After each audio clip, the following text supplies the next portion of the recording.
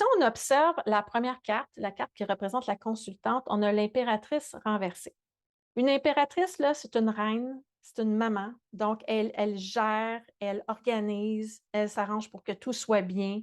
Elle est bien organisée, je l'ai nommé déjà, mais elle est organisée autant pour les autres que pour elle-même. Et donc, dans sa business, elle a déjà toute sa façon de travailler, elle est toute bien organisée. Habituellement, c'est harmonieux, elle communique bien les choses aux autres, elle s'arrange que tout le monde soit bien, puis que ce soit harmonieux aussi dans les relations professionnelles. Là, cette impératrice-là, elle est à l'envers. Donc, qu'est-ce que ça fait, ça, quand on se lève du mauvais pied le matin, puis qu'on est une impératrice? OK, on est la même personne, mais il y a quelque chose qui ne marche pas. C'est pour ça que la carte est sortie renversée. Donc, elle se sent, avec son associé, un peu déstabilisée dans son organisation. Elle est probablement un petit peu prise au dépourvu au niveau de la communication. Elle ne sait pas comment dire ses besoins, comment l'exprimer. Puis, elle trouve que c'est pas harmonieux nécessairement. Donc, il y a quelque chose qui cloche. En tout cas, de son côté, on comprend déjà que la cliente vient nous consulter, puis elle a une problématique, ça va pas bien. OK? Donc, on vient de comprendre ça juste avec une carte. OK? Ensuite de ça, si on relie ça à une deuxième carte, on a décidé de sortir une deuxième carte qui représente l'associé. Et donc, on l'a mis en influence extérieure. Et donc, on a une belle roue de fortune. Une roue, qu'est-ce que ça fait?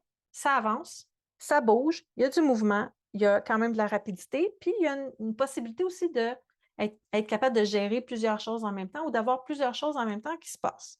Donc, on a juste regardé les cartes, puis on voit déjà qu'il y a quelque chose au niveau du rythme qui ne fonctionne pas. On a une impératrice qui est coincée un peu, et on a un associé dans l'influence extérieure que lui, il avance. Là. Ça bouge, puis il est capable de faire plusieurs choses en même temps. Puis il y a peut-être d'autres clients aussi en même temps, puis il fait beaucoup de choses. OK? Donc, mouvement, puis un petit peu de désorganisation.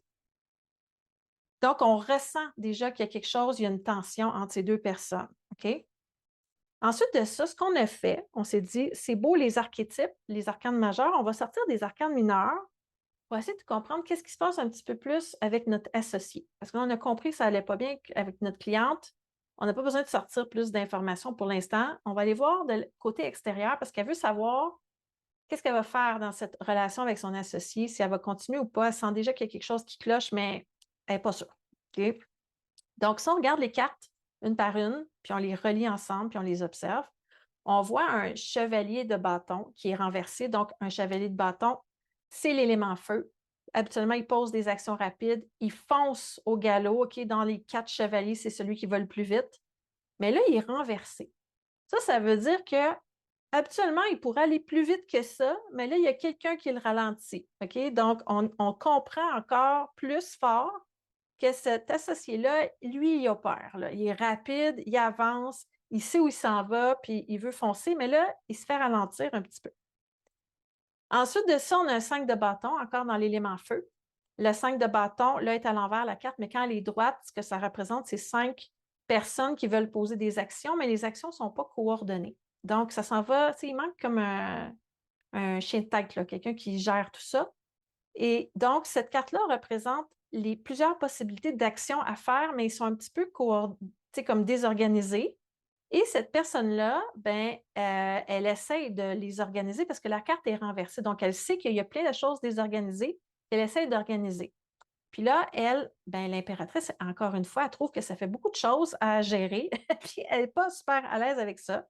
Mais notre associé est comme, inquiète-toi pas, je vais y arriver, je suis habituée, j'ai de l'expérience, je suis capable de faire plusieurs choses en même temps, puis tout ça, mais elle n'a pas trop confiance ici.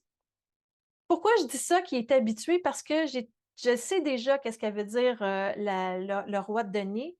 Un roi de denier, c'est confortable, c'est assis sur ses lauriers, ça a réussi financièrement, il y a de l'expérience, c'est un excellent consultant, il sait où il s'en va, surtout dans un tirage business, c'est bon de l'avoir. Lui, il sait comment ça marche, puis tu peux lui faire confiance. Donc, on a affaire à un associé qui est vraiment très, très confiant en son potentiel, il sait où il s'en va, mais peut-être qu'il n'est pas assez à l'écoute de notre pauvre consultante impératrice renversée qui trouve que ça va un petit peu trop vite. Puis en plus, c'est sa business. Donc, peut-être qu'elle trouve que ça ne va pas comme elle voudrait que ça aille, puis elle est un peu déstabilisée par rapport à ça. C'est nouveau, etc. Donc, on a quelqu'un ici de très flamboyant, très confiant, très charismatique, qui sait où il s'en va, mais ce n'est pas nécessairement le bon rythme pour notre consultante. Ensuite de ça, on est allé chercher une autre carte qui nous explique pourquoi on en est arrivé là. On l'a appelé le déclencheur. Donc, ça nous explique cette carte-là, pourquoi notre consultante se sent comme ça, puis par rapport à notre associé, etc., et lui versus la consultante. On a une étoile. Une étoile, habituellement, c'est beau, une étoile. Ça veut dire qu'il y a un vœu qui s'exauce, c'est plus facile, il y a un rêve qui va se réaliser, etc. C'est une nouvelle chance. Donc, à la base, quand ils se sont rencontrés pour s'associer, c'était censé être tout beau, tout parfait, on va réaliser plein de choses, ça va être merveilleux, etc. Mais là, la carte est renversée. Donc, ce qu'on pourrait dire, c'est quand le moment présent et l'été, il y a une petite désillusion, là. L'étoile est à l'envers. Donc, on se rend compte finalement que ce n'était pas si beau que ça, puis qu'il y a plein d'affaires qui ne font pas notre affaire. Donc, on comprend encore plus la situation. Puis en résultante, on a un ermite renversé. Un ermite, qu'est-ce que ça fait? La résultante de tout ça. Un ermite, habituellement, ça aime être seul dans ses réflexions pour faire de l'introspection. Ça ne parle pas beaucoup, ça réfléchit, ça regarde les détails, tout ça. Quand il est renversé, l'ermite, il peut aller dans deux directions différentes. Soit il devient super piqué sur les détails, il se renferme, puis il ne parle pas, puis il ne communique pas. Ou au contraire, il devient un petit peu rebelle, puis il n'a pas envie finalement d'être sage, puis il fait n'importe quoi. OK? Mais dans les deux cas, c'est pas positif pour cette association-là. Donc, on voit bien qu'il y a quelque chose qui ne va pas bien d'ici l'été. Et on a rajouté, bien sûr, des mineurs pour confirmer ou rajouter des nuances par rapport à ça. Puis on voit bien, là, il y a quelque chose qui ne va pas parce qu'on a un 10 d'épée ici. On le voit, elle est couché par terre. Ça, c'est quand on est allé au bout de tout ce qu'on pouvait imaginer comme solution ou comme possibilité, puis que ça ne fonctionne pas. Puis on est épuisé de réfléchir, puis ça ne marche pas, puis on a pogné le fond, on a touché le fond du puits, OK? Et donc, il nous reste juste à lâcher prise puis à accepter la défaite.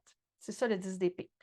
Accompagné en plus d'un 9 d'épée qui montre clairement quelqu'un qui fait de l'insomnie. Il n'est pas capable de dormir parce que ça n'arrête pas de tourner dans sa tête. Il faut qu'il trouve des solutions. Ça ne marche pas, il n'en peut plus, etc.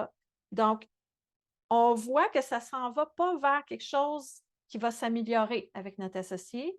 On ne voit pas la fin de cette association-là, mais on voit clairement que ça s'en vient. OK? Et en plus, on a un as de bâton ici qui nous montre qu'il va y avoir une action à poser ou il y a une action rapide qui va être posée par rapport à ça parce que ça, c'est insoutenable en ce moment. OK? Donc, elle n'est pas contente. Lui, il n'est pas plus heureux parce que lui, il est habitué de faire à son rythme, puis ça ne fonctionne pas avec le rythme de la consultante. Puis probablement qu'au début, ce qu'il lui a proposé ou ce qu'elle lui a proposé, ça convenait à 100 mais ils se sont rendus compte finalement avec leur personnalité puis leur façon de travailler que ça ne marche pas. OK?